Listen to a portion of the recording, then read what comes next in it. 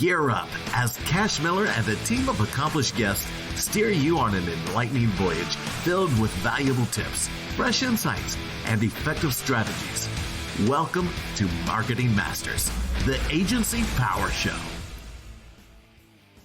Hello, everyone. I'm Cash Miller, the host of Marketing Masters and CEO of Titan Digital. Today, I've got with me Lauren Gaggioli of organicmarketingecosystem.com. We're going to be talking content, and really Google versus social media. Like which is, the better route to go, which one you should really be focused on first and second. Lauren, it's great to have you with us. Tell us a bit about yourself, and I know you've got multiple websites, that you're running, so tell us about those. Thank you so much for having me, Cash. I'm excited to be here. I'm really passionate about sharing the power of Uncle Google. That's what I call him. He is a benevolent soul.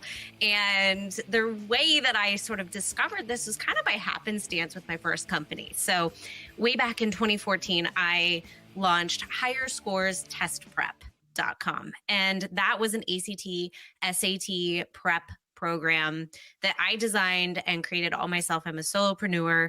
And sort of through just a little bit of timing magic, I was pointed in the direction of SEO, and people were like, hey, you really should be doing keyword research. Hey, this page would be really good to add to your website.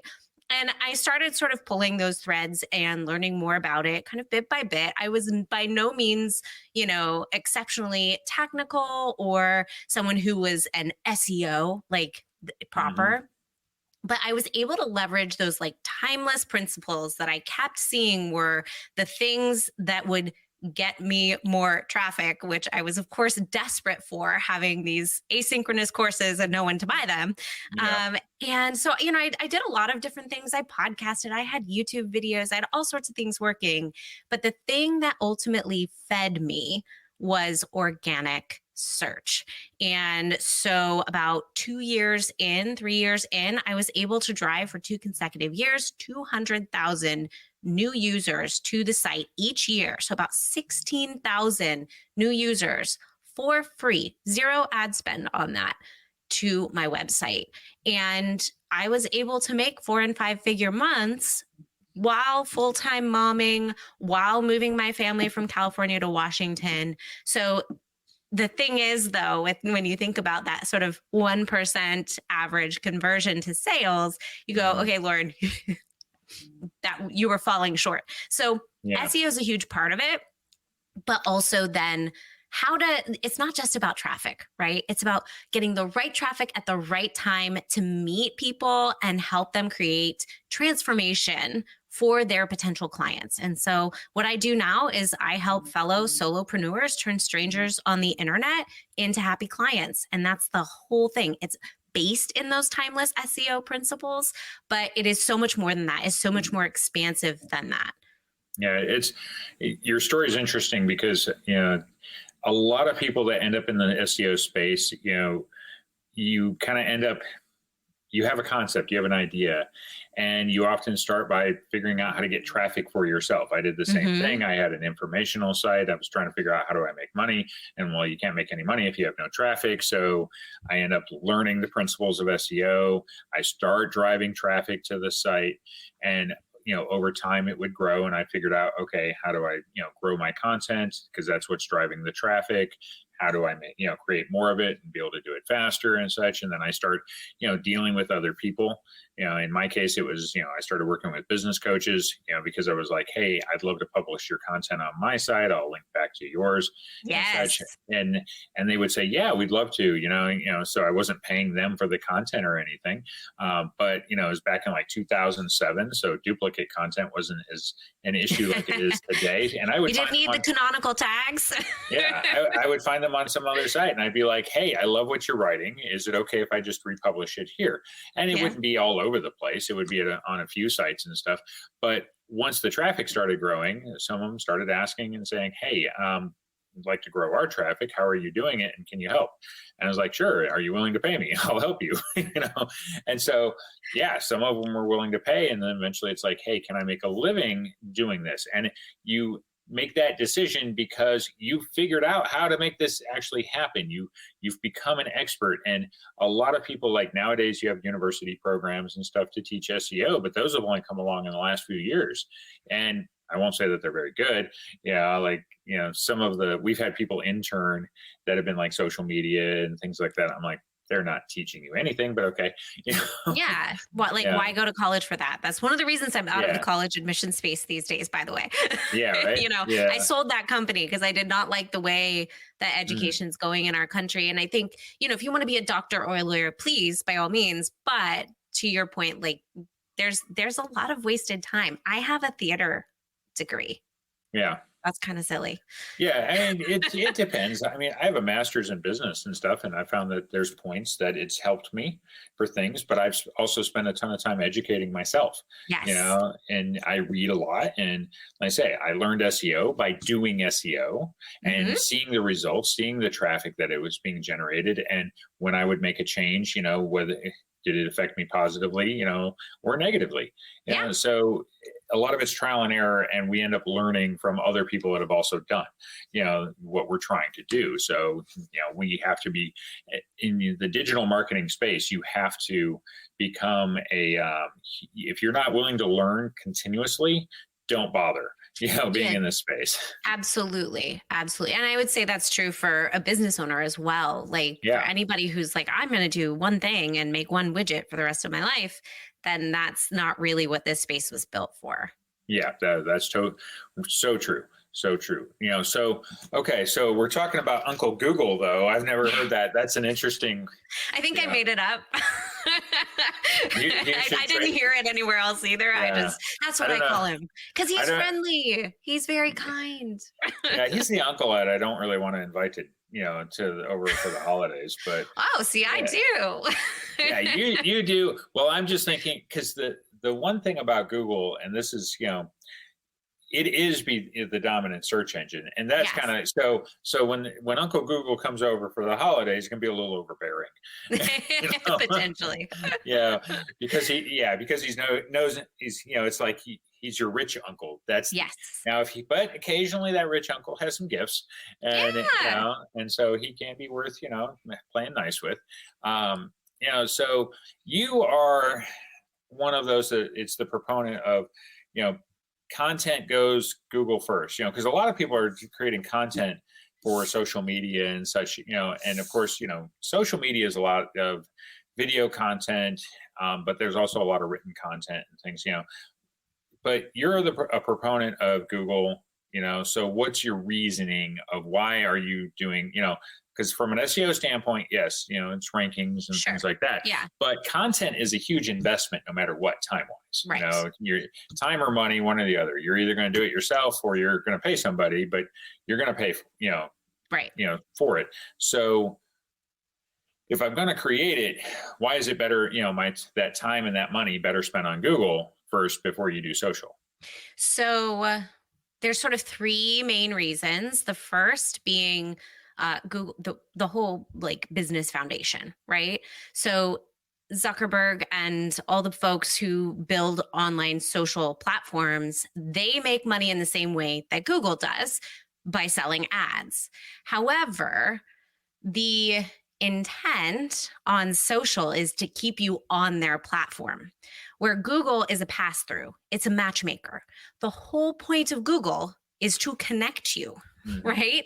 The whole point is to have that handoff as quick as possible. Google isn't creating content. Google doesn't have, technically, yes, sure. There's marketplaces that you can access through Google, but Google in and of itself isn't the content creator, isn't somebody who wants to keep you on their platform. They want to hand you off.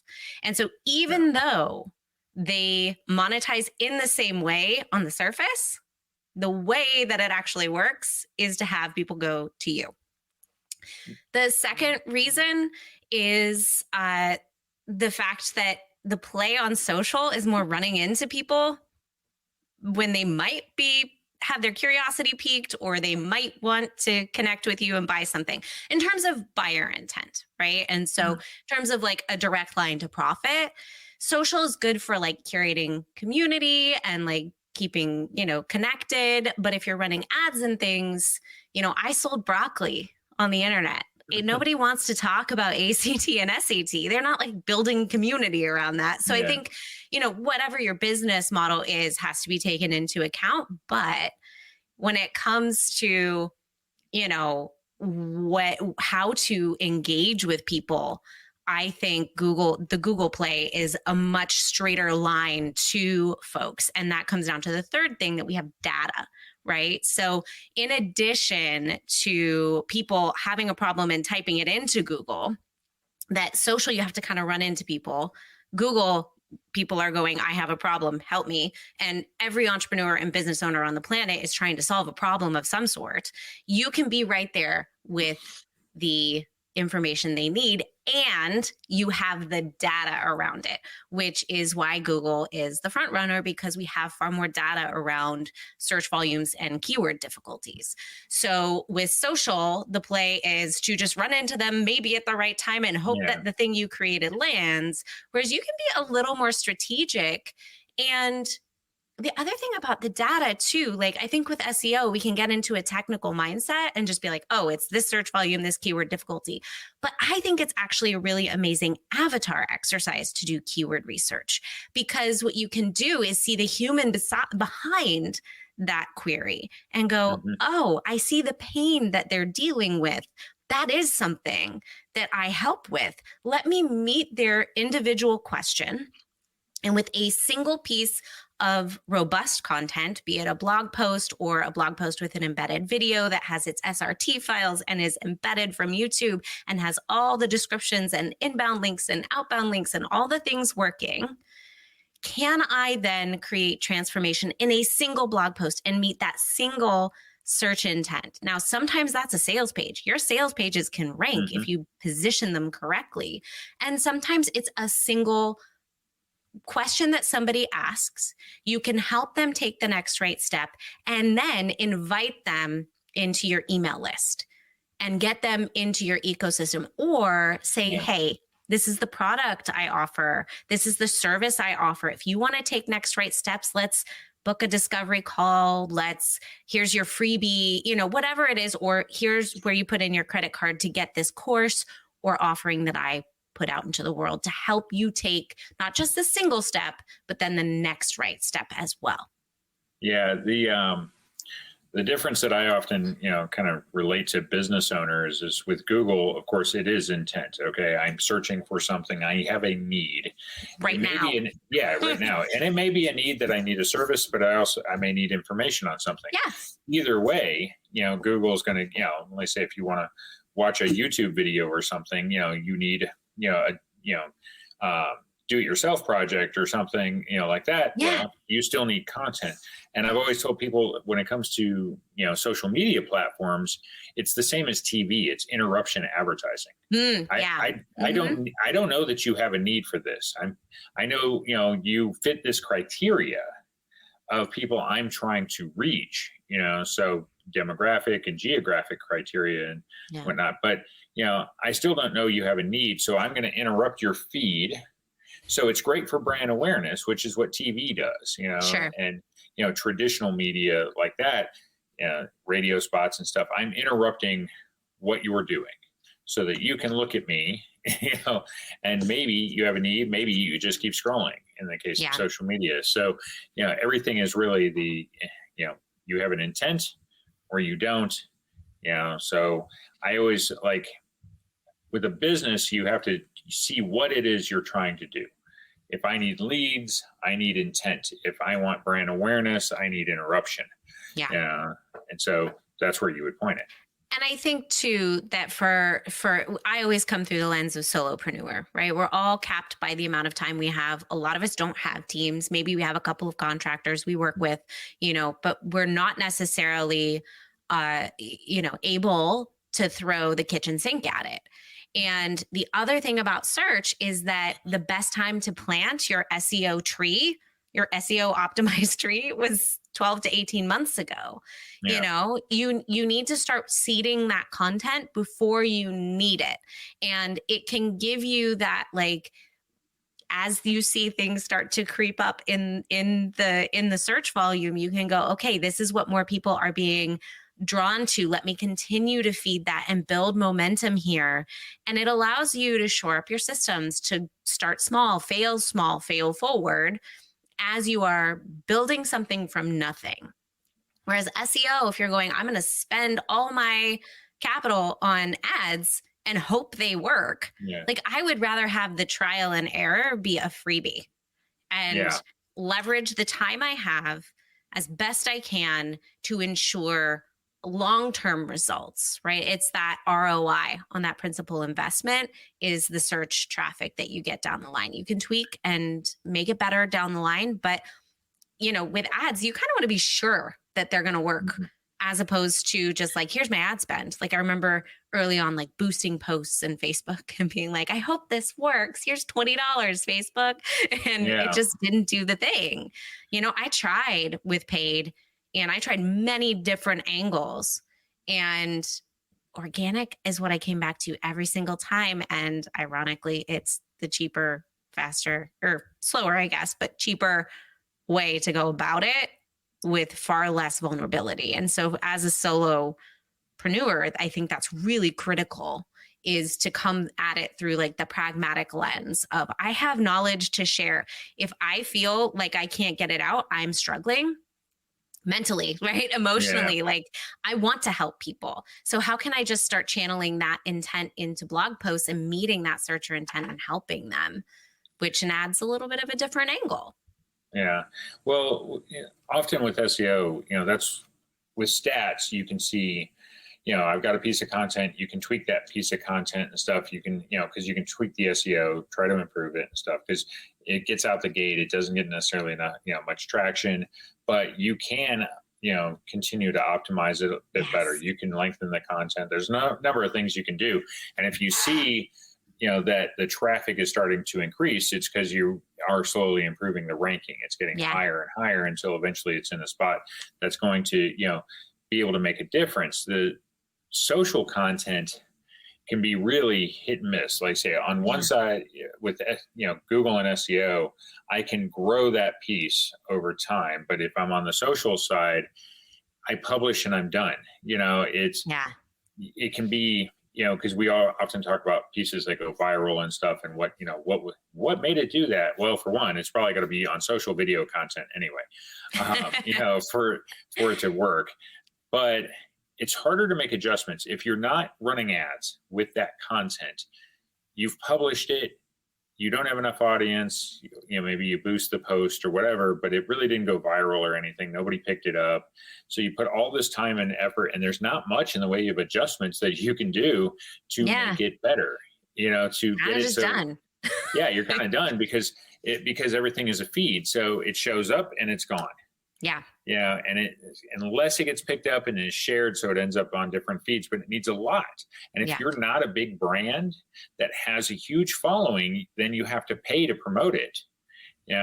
I've talked to, some people recently that, what they're using social for is, especially ads and things, they're using it as funnels. But they'll run ads, and they're not trying to sell you anything. They're trying to generally exchange a piece of content, maybe a white paper or something like that, for an email address.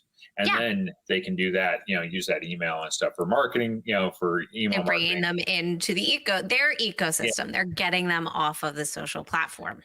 Yeah, exactly. But, if you have a good piece of content that is, SEO'd and it gets into the rankings, because, which rankings you're going to be able to hit, like do well in and not, it's a bit of a hit and miss, type thing. You're not going to see, you might have a great keyword that you think you've got, can hit a home run with, and then you can't even barely get out the gate. It's on page 3 buried. But if you do, if you do manage in the top 3 slots and stuff, that is a gift that keeps on giving. Absolutely.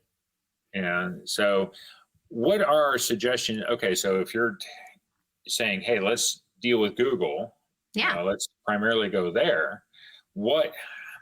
what does it take to get this, different content ranked? Where should business owners really be focusing the effort on that side of actually getting, traction? So the way that I focus on it is I start to create sort of nested terms. So you want to think in terms of content sort of verticals. So if you're going to try and rank for I have a course about naming your purpose because that was something that was really important for me and for my students when I was working with college bound students. And so my course about purpose is called Big Why Life, but I started writing content about finding your purpose. And so if you go to my website and you go to the writing drop down and see find your purpose, you'll see what's called a pillar page. It's kind of the hub and spoke method, if you're familiar with that. The idea is that I've written a number of pieces, and then that's an aggregate page. So I've written a number of smaller pieces that are chunked down, things about books about finding your purpose, personal mission statement generators, that sort of thing. And that's all then housed on this kind of core page that becomes far more magnetic to Google because it is a bigger search term. It's definitely more competitive, but it aggregates all these pieces. And some of this comes down to the technical side, like nesting your URL structure. I use WordPress. I use categories to sort of create that nested structure and to easily aggregate that information. My course is listed on that page too. So if people do want to engage with that, they can. I have a free offering of your core values list, 111 core values to choose from. So I have a number of different ways that I'm leveraging that mechanism. But basically, you want to start thinking in those verticals, because now my first thing is you got to know who you are and what you stand for in business too. So it does serve entrepreneurs. It has broader applications. But then the next step is to learn more about organic marketing. And I focus on SEO principles. So that's the next sort of umbrella term that I will be building out is SEO principles and organic marketing and things more of that nature, more the solopreneurship side. And so that's step 2. That's where I'm going with my next round of content. But you can start to see like the questions that I would answer for somebody searching around purpose is likely completely different than somebody who's searching for something around keyword research or how to craft the hub and spoke or pillar page methodology. Like it's very different. And so some of it's, to your point, a search intent. Is it someone who just wants information, or is it someone who's ready for a transaction? And I'll tell you, organic marketing ecosystem. I am doing my beta right now. I have a second round of beta going in October, and then I'm releasing it as an evergreen asynchronous course beyond that. I put that page up strictly for people that I had already spoken to. So I did not optimize that page initially.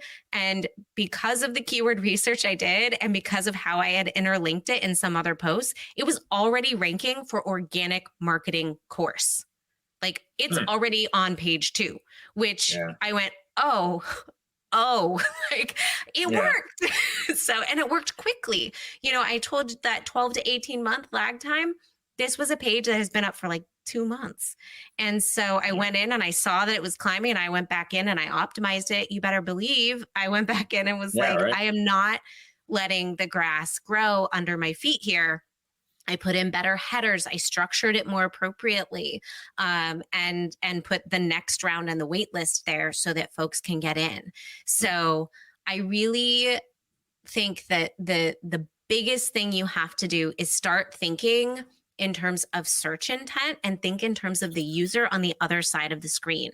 If you want to build affinity with someone who has no idea who you are, you need to show your personality, show you care, right? And not from like a manipulative place, but just a genuine like, hey, I have a solution. I really want to help you.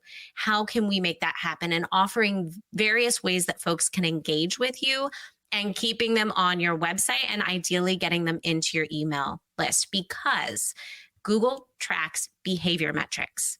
So when somebody comes to your website, Google knows if they hop on and hop off, They know if they hop on, continue to a second page, continue to a third page. 2 weeks later, when you send them that email with a link to another piece of content that might help them, and they come back to your site, they know those return metrics. That is gold for anyone trying to build more traffic, because Google will go, this person is meeting search intent initially, creating connection, educating, and then bringing them back. And these people are willing to come back. That's the trick of it, right? So really making sure that what you're putting out is high quality, and also thinks about the user experience, because UX and SEO are inextricably linked, which, Cash, I'm sure you know, because you design websites. Like, it's hugely important. Yeah, you know, the site itself has to be, you know, pleasing in a number of ways, but it has to be laid out content-wise in such a way that it's easy to navigate, because you don't want the person just hitting the site to read the content. I like what you were mentioning about, you know, you've got a hub and spoke model, because you have a primary page and then you have secondary pages that can draw traffic, but they're interlinked because they're basically subsets of the same subject. You know, it's like you've got an overall arcing theme, but it's you know, you've got different branches to it, and you say, okay, now I'm talking about this, now I'm talking about this, and you're able to interlink those pages. So if you can draw traffic in through one of them, because often, you know, I say you can end up doing a bunch of different content, some of it doesn't hit. So, you know, if you had, you know, your hub, you have that primary page, it may not actually be the one that hits. You could have 10 other pages, though, that are related to that theme. And you could have 2 or 3 of those actually hit, and then they will spread traffic, because they will, you know, keep people on the site for whatever the reason is, you know, whatever the content's written about. Right. You know, so like I say, I always equate, you know, like blog posts and things like that, they're doorways into your site. Yes. Yeah, that's what it is. Like, everybody thinks of the front door, they're a bunch of back doors. Well, and that, I think, too, for anyone who's designed a website themselves or worked with somebody, you design top down. But it's like, you know, that's the foliage of the tree. Like, people are coming up through the roots. So that thing that you like, are like, I'm so tired of having done these wireframes. Now I have this blog wireframe. I don't care. Here's a podcast page. No one's going to get it through there. They're going to go through Apple. Actually, that is the stuff. That's where you can get really granular. And if you start getting enough of those pages generating 100 hits a month, 150 hits a month. If you are able to do that, that's imagine 100 people sitting in front of you in a room. I have a friend who constantly says that. He's like, I have a big podcast now, but if there were 20 people in front of me in a room, that's a really unique way of engaging with folks. And you have to think of it that way. That kind of person to person connection can still be present online. Yeah, that's, you know, that's definitely the case. You know, like, everybody, you know, regardless of the type of business, those back doors can help bring in people. And what a lot of businesses don't understand, the reason blog posts and things like that exist is, you know, sites are built, you know, they're basically, you know, have a strength category, you know, of how strong and relevant is the site, how much does Google love that site and everything. Right. That strength is developed. It's not all homepage. Okay. You know, the homepage is hardly ever. It's one of the most, it should be the most powerful page you have, but it is not the entire site. No. And often a lot of the traffic is not even coming through the homepage. But the reason the site got so strong was because of all those, you know, supporting pages that are drawing traffic, because you're able to draw from a lot of, you know, different sources. You know, the one of the things is, like, with businesses, you know, if you can create, you know, even if they're not buyers, I always tell people, I'm like, if you grow the strength of the site, so you have your blog post, you're drawing traffic in, if you can hit on certain terms, if it's related to what you do, then it makes sense to have it. So don't, I say, don't have stuff that's off in left field that is not related just because you thought there was a bunch of, you know, search traffic behind that, you know, particular term. Yes. Yeah. You got to stay in your vertical. Stay in your vertical. But then, you know, if you're linking back to the home page as well as other internal pages and blog posts and stuff, you're boosting that, and then it helps you raise the ranking of the home page.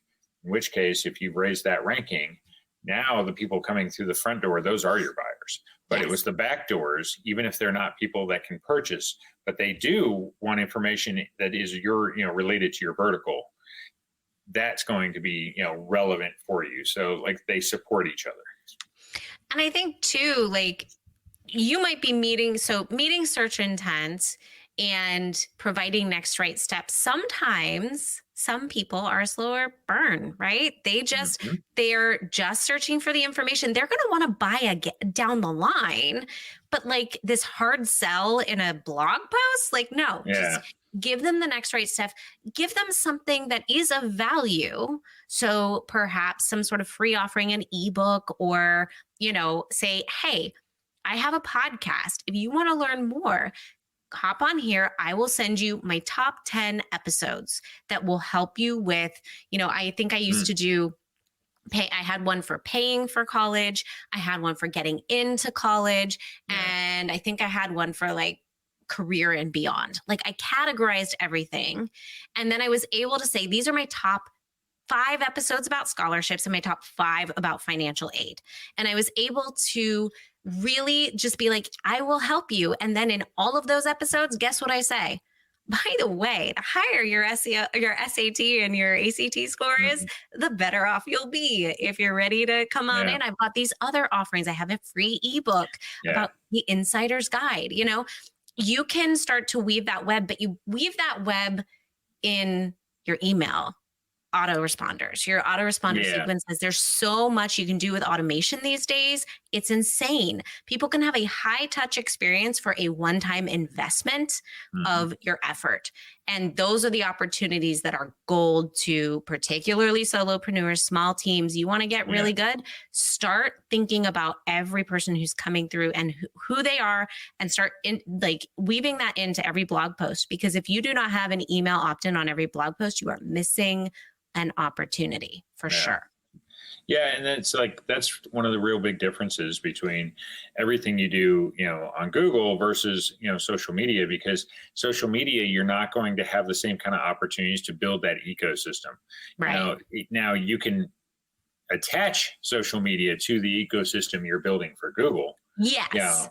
100%.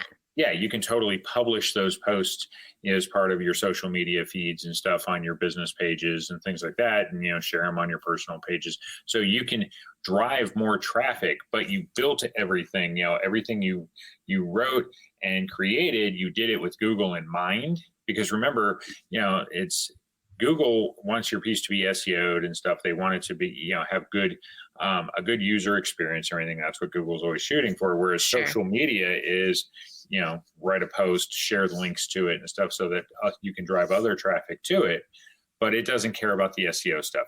I always tell people when it comes to like Google and Bing, you SEO for Google and then you'll benefit on Bing, because absolutely nobody optimizes for Bing.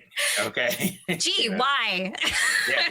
But if you do all the things on Google, you will probably draw some traffic from Bing. Well, absolutely. Yahoo. Ask Jeeves. Right. DuckDuckGo. Yes. Until they run out of money for their commercials. Exactly. But that's the thing is there's not any special steps necessarily you have to take on social media. You can use that same content so it becomes a secondary outlet. You're not doing your content for the social. You're doing your content for Google, and then you're applying it to social as well, because you've already done it. And I think too, for the algorithm, sending people off site is never a good idea when you're in Insta, Facebook, TikTok, whatever. But if you are writing robust enough blog posts, which you should be doing, and they're SEO optimized, which it should be, then you probably have 10 pieces of social content coming out of any one blog post. So you can start to break it down and go, okay, I taught 5 steps in this. How can I create a sequence where maybe I do a video and then an image with a really more robust caption, and then maybe another video? You can start to fill in your grid based on the blog post, and all roads then lead to your website. And you can also create a journey.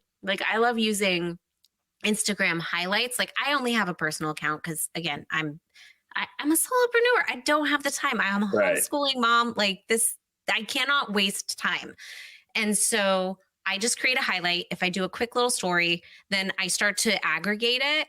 And if people want to learn more, there's always a link in the story that is actually hyperlinked that they can click down the line. If they go, oh, SEO at Lauren Gaggioli, they can click on it. And then there's links back to my website.